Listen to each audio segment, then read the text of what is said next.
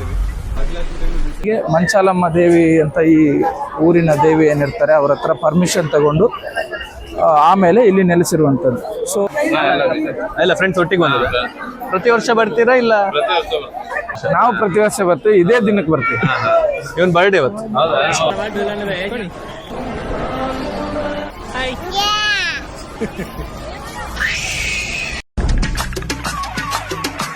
ನಾವು ಮಂತ್ರಾಲಯ ಹೊರಟಿದ್ದೀವಿ. ಸೊ ಉಡುಪಿಯಿಂದ ಹೋಗ್ತಿದ್ದೀವಿ. ಉಡುಪಿಯಿಂದ ಹೋಗೋದಾದ್ರೆ ಟ್ರೈನ್ನ ಫೆಸಿಲಿಟಿ ಇಲ್ಲ. ಸೊ ನೀವು ಗೌರ್ಮೆಂಟ್ ಬಸ್ ಇಲ್ಲ, ಪ್ರೈವೇಟ್ ಬಸ್ಸಲ್ಲಿ ಹೋಗ್ಬೋದು. ಗೌರ್ಮೆಂಟ್ ಬಸ್ ಆದ್ರೆ 2 ಬಸ್ ಇದೆ, 2 ಮ್ಯಾಂಗ್ಳೂರಿಂದ ಮಂತ್ರಾಲಯಕ್ಕೆ. ಈಗ ಲಾಕರ್ ರೂಮ್ ಹುಡುಕ್ತಾ ಇದೆ. ಇಲ್ಲ ಗೌರ್ಮೆಂಟ್ ಬಸ್ ಬೇಡ ಹೇಳಿದ್ರೆ ಪ್ರೈವೇಟ್ ಬಸ್ ತುಂಬಾ ಆಪ್ಷನ್ ಇದೆ. ರೆಡ್ ಬಸ್ ಅಪ್ಲಿಕೇಶನ್ ಅಲ್ಲಿ ನೀವು ಸ್ಕ್ರೀನ್ ಅಲ್ಲಿ ಹಾಕ್ತೀನಿ, ಸ್ಕ್ರೋಲ್ ಮಾಡಿ ನೋಡ್ಬೋದು. ಈಗೆಲ್ಲ ಸಿಕ್ಕಾಪಟ್ಟೆ ಡಿಮಾಂಡ್ ಇದೆ, ಸಿಕ್ಕಾಪಟ್ಟೆ ಡಿಮಾಂಡ್. ಎಲ್ರು ಕೇಳ್ತಿದ್ದಾರೆ, ಸಣ್ಣ ಮಕ್ಕಳು ಹೇಳ್ತಾರೆ ರೂಮ್ ಬೇಕಾ, ರೂಮ್ ನಾವೀಗ ಹೋಗ್ತಿರೋ ಶ್ರೀಕುಮಾರ್ AC ಬಸ್ಸಲ್ಲಿ, AC ಸ್ಲೀಪರ್. ಸೊ ಪ್ರೈಸ್ ತುಂಬಾ ಕನ್ವೀನಿಯಂಟ್ ಆಗಿದೆ.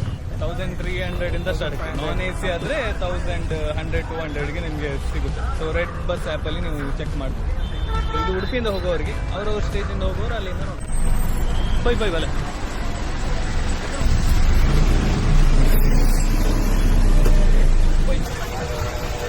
ಎಂಟ್ರೆನ್ಸ್ ಇಂದ ಸ್ಟ್ರೈಟ್ ಬಂದ್ರೆ ನಿಮಗೆ ಲಾಕರ್, ಲಗೇಜ್ ರೂಮ್ ಎಲ್ಲ ಸಿಗ್ತದೆ.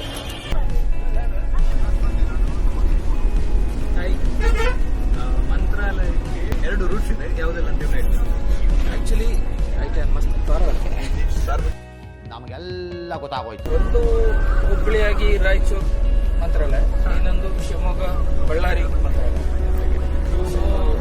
ನಾವು ಹೋಗ್ತಿರೋದು ಹುಬ್ಬಳ್ಳಿ ರಾಯಚೂರಾಗಿ ಮಂತ್ರಾಲಯಕ್ಕೆ. ಬಸ್ ಸಹ ಚೆನ್ನಾಗಿದೆ ನೋಡಿ, AC ವಿಂಡ್ಸ್ ಎಲ್ಲ ಇದೆ, ಲೈಟ್ ಇದೆ, ಲೈಟ್ ಆಪ್ಷನ್. ತಿರ್ಸ್ಕೋಬಹುದು.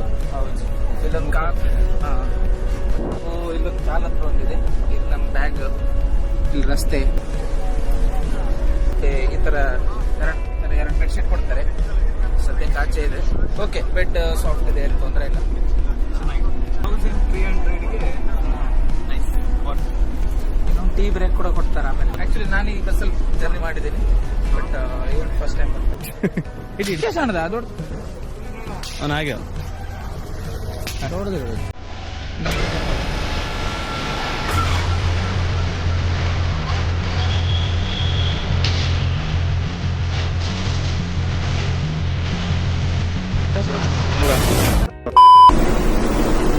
ನೀನ್ ಮಾಸ್ಟರ್ ಪೀಸ್ ಎಷ್ಟ್ ತರ ಮಾಡ್ತೀಯಲ್ಲ ಆ ತರ ಮಾಡು.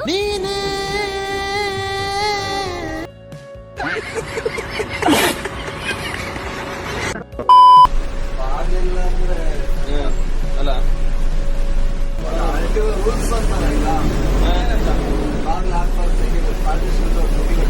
ಹೌದಾ? ಯಾವುದು?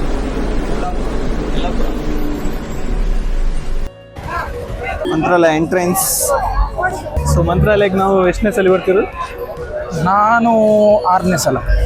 ನಾನು 4ನೇ ಸಲ. ಪ್ರತಿ ವರ್ಷ ನಮ್ಮ ದೋಸ್ತ ಬರ್ಡೇಗೆ ಇಲ್ಲಿ ಬರ್ತೀವಿ ನಾವು. ಇದು ಎಂಟ್ರೆನ್ಸ್. ತುಂಬಾ ಜನ ಇದ್ದಾರೆ ಇವತ್ತು. ಬಿಸ್ಲಿಗಂತ ಗ್ರೀನ್ ಶೀಟ್ ಒಳ್ಳೆ. ಕುಣಿದು ಬಾರೆ ಒಲಿದು ಬಾರೆ. ಇಷ್ಟು ಟೈಮ್ ಇರಲಿಲ್ಲ ಇದು, ಮೇ ಬಿ ರೀಸೆಂಟ್ ಆಗಿ ಮಾಡಿರ್ಬೇಕು. ಡೈರೆಕ್ಟ್ ಎಂಟ್ರೆನ್ಸ್ ಇತ್ತು, ಈಗ ಲೈನ್ ಇಲ್ಲಿಂದ ಶುರು ಆಗ್ತದೆ. ಸ್ವಲ್ಪ ಚೇಂಜಸ್ ಮಾಡಿದ್ದಾರೆ, ಬನ್ನಿ ನೋಡೋಣ.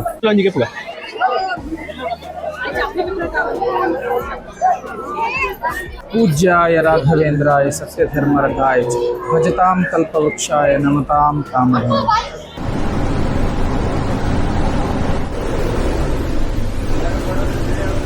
ಆ್ಯಕ್ಚುಲಿ ಈ ಸ್ಥಳ ಪುರಾಣದ ಪ್ರಕಾರ ರಾಘವೇಂದ್ರ ಸ್ವಾಮಿಗಳು ಬಂದು ಮೊದಲಿಗೆ ಮಂಚಾಲಮ್ಮ ದೇವಿ ಅಂತ ಈ ಊರಿನ ದೇವಿ ಏನಿರ್ತಾರೆ ಅವ್ರ ಹತ್ರ ಪರ್ಮಿಷನ್ ತಗೊಂಡು ಆಮೇಲೆ ಇಲ್ಲಿ ನೆಲೆಸಿರುವಂಥದ್ದು. ಸೊ ಇಲ್ಲಿ ರಾಘವೇಂದ್ರ ಸ್ವಾಮಿ ದರ್ಶನ ಪಡೆಯೋಕ್ಕಿಂತ ಮೊದಲು ಈ ದೇವಿ ದರ್ಶನ ಪಡೆದು ಆಮೇಲೆ ರಾಘವೇಂದ್ರ ಸ್ವಾಮಿ ದರ್ಶನ ಪಡಿಬೇಕಂತ ಒಂದು ಪ್ರತೀತಿ ಇದೆ. ಶ್ರೀ ಗುರು ರಾಘವೇಂದ್ರ ಸ್ವಾಮಿಗಳ ಸಣ್ಣ ಪರಿಚಯ. ರಾಯರ ಜನನ. ಶ್ರೀ ಗುರು ರಾಘವೇಂದ್ರ ಸ್ವಾಮಿಗಳು ಕ್ರಿಸ್ತಶಕ 1595ರಲ್ಲಿ ಇಂದಿನ ತಮಿಳುನಾಡಿನ ಚಿದಂಬರ ಸಮೀಪದ ಭುವನಗಿರಿಯಲ್ಲಿ ಜನಿಸಿದರು. ಅವರ ಮೂಲ ಹೆಸರು ವೆಂಕಟನಾಥ ಭಟ್ಟರು. ಅವರ ತಂದೆ ತಿಮ್ಮಣ್ಣ ಭಟ್ಟರು ಹಾಗೂ ತಾಯಿ ಗೋಪಿಕಾಂಬ. ಅವರು ಮಧ್ವ ಸಂಪ್ರದಾಯದ ಭಕ್ತಿಪರ ಕುಟುಂಬಕ್ಕೆ ಸೇರಿದವರು. ಲೈನಿಗೆ ಹೋಗ್ತಾ ಇದ್ದೀವಿ. ಆಕ್ಚುಲಿ ಸಿಕ್ಕಾಪಟ್ಟೆ ಉದ್ದ ಇದೆ ಲೈನು. ಎಷ್ಟು ಗಂಟೆ ಆಗುತ್ತೆ ನೀವು ನೋಡ್ಬೋದು, ಸಿಕ್ಕಾಪಟ್ಟೆ ಜನ ಇದ್ದಾರೆ. ದರ್ಶನ ಎಷ್ಟು ಗಂಟೆಗೆ ಆಗುತ್ತೆ ಅಂತ ಗೊತ್ತಿಲ್ಲ. ಇದೇನು ಫಸ್ಟ್ ಟೈಮ್ ಅಲ್ಲ, ಇಷ್ಟು ಲೈನ್ ಅಭ್ಯಾಸ ಇದೆ. ಫಸ್ಟ್ ಡೈರೆಕ್ಟ್ ದರ್ಶನ ಇತ್ತು, ಈಗ ಈ ಎಕ್ಸ್ಟ್ರಾ ಲೈನ್ಸ್ ಆ್ಯಡ್ ಮಾಡಿದ್ದಾರೆ. ರಾಯರು ಚಿಕ್ಕವರಿದ್ದಾಗಲೇ ಅವರ ತಂದೆಯವರು ವಿಧಿವಶರಾದರು. ಕುಟುಂಬ ಆರ್ಥಿಕ ಸಂಕಷ್ಟಕ್ಕೆ ಸಿಲುಕಿತು. ಆದರೆ ಬಡತನದ ನಡುವೆಯೂ ವೆಂಕಟನಾಥರು ವಿದ್ಯಾಭ್ಯಾಸವನ್ನು ನಿಲ್ಲಿಸಲಿಲ್ಲ. ಅವರು ಮಧುರೈನ ತಮ್ಮ ಅಕ್ಕನ ಗಂಡನಾದ ಲಕ್ಷ್ಮೀ ನರಸಿಂಹಾಚಾರ್ಯರ ಬಳಿ ವಿದ್ಯಾಭ್ಯಾಸ ಮುಂದುವರಿಸಿದರು. ಜನ ಸಾಗರ. ಏನೇ ಇರಲಿ, ಇಲ್ಲಿಗೆ ಬಂದಾಗ ಆಗುವ ಖುಷಿ ಇದೆಯಲ್ಲ. ಬೀದರ್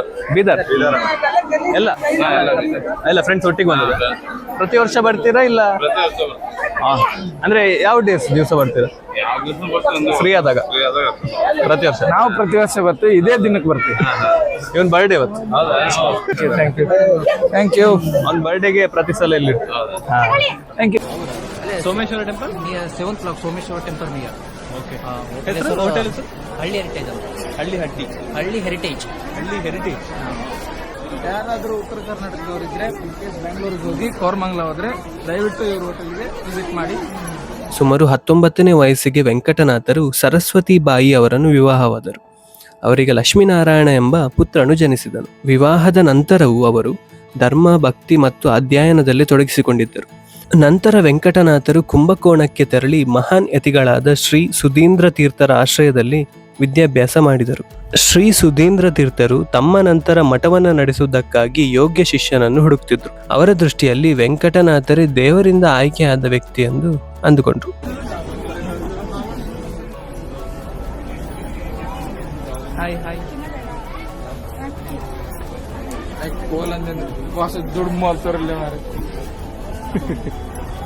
ಬ್ಲಾಗ್ ಮಾಡ್ತಾನೆ.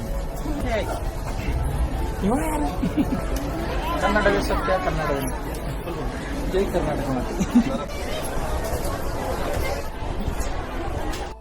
ಕ್ರಿಸ್ತಶಕ 1621 ಸುಮಾರಿಗೆ ಅವರು ಸನ್ಯಾಸ ದೀಕ್ಷೆ ಪಡೆದು ಶ್ರೀ ರಾಘವೇಂದ್ರ ತೀರ್ಥರು ಎಂಬ ಪವಿತ್ರ ಹೆಸರನ್ನು ಪಡೆದರು. ಸನ್ಯಾಸ ಸ್ವೀಕರಿಸಿದ ನಂತರ ರಾಯರು ದಕ್ಷಿಣ ಭಾರತದ ಅನೇಕ ಪವಿತ್ರ ಸ್ಥಳಗಳಿಗೆ ಭೇಟಿ ನೀಡಿದರು. ಅವರು ಧರ್ಮ, ಭಕ್ತಿ ಮತ್ತು ಮಧ್ವಾಚಾರ್ಯರ ದ್ವೈತ ತತ್ವವನ್ನು ಜನರಿಗೆ ಬೋಧಿಸಿದರು. ಸುಮಾರು ವರ್ಷಗಳ ಯಾತ್ರೆಯ ನಂತರ ರಾಯರು ತುಂಗಭದ್ರಾ ನದಿಯ ತೀರದಲ್ಲಿರುವ ಪವಿತ್ರ ಸ್ಥಳವಾದ ಮಂತ್ರಾಲಯಕ್ಕೆ ಬಂದರು. ಅದೋನಿಯಾ ಎಂಬ ನವಾಬ ರಾಯರ ದಿವ್ಯಶಕ್ತಿ ಮತ್ತು ಜ್ಞಾನಕ್ಕೆ ಮೆಚ್ಚಿ ಮಂಚಾಲೆ ಎಂಬ ಗ್ರಾಮವನ್ನು ದಾನವಾಗಿ ನೀಡಿದರು. ಆ ಸ್ಥಳವೇ ನಂತರ ಮಂತ್ರಾಲಯವಾಗಿ ಪ್ರಸಿದ್ಧಿಯಾಯಿತು. ನಾನು 10:30 ಹೇಳಿದೆ. 9:30 ಆಯ್ತು. ಲೈನಲ್ಲಿ ಇದೆ.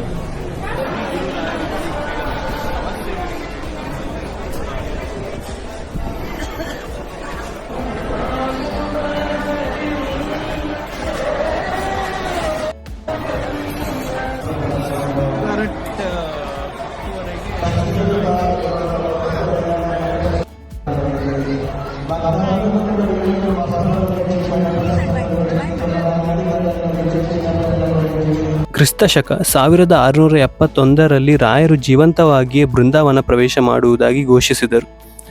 ಭಕ್ತರಿಗೆ ಆಶೀರ್ವಾದ ನೀಡಿ ಅವರು ಹೇಳಿದರು, ನಾನು ಇನ್ನೂ 700 ವರ್ಷಗಳ ಕಾಲ ಭಕ್ತರನ್ನು ಕಾಪಾಡುತ್ತೇನೆ.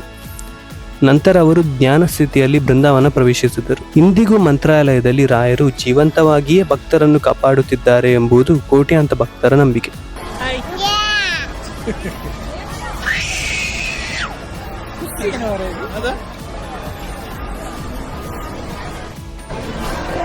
ಎರಡು ಕಟ್ಟು ಮಾತ್ರ ಚೀಲ ಇತ್ತು. ಚೀಲ ಇತ್ತು.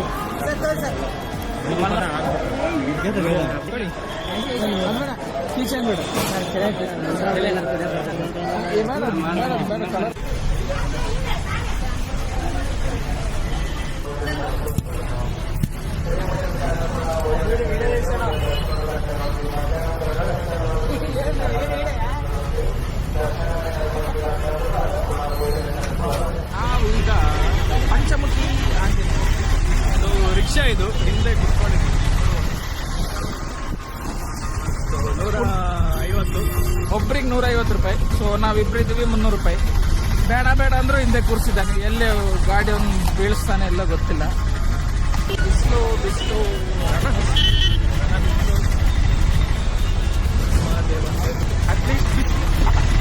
ಅಟ್ಲೀಸ್ಟ್ ಬಿಸಿಲಿಗಾದ್ರೂ ತೊಂದರೆ ಇಲ್ಲ.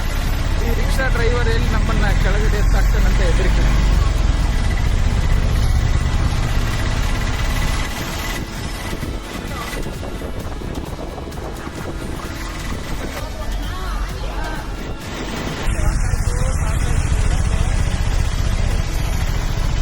ಏನಾದರೂ ನೆನಪಾಗ್ತಿದೆ?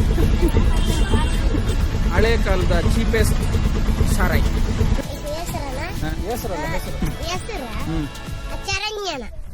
ಹೌದಾ?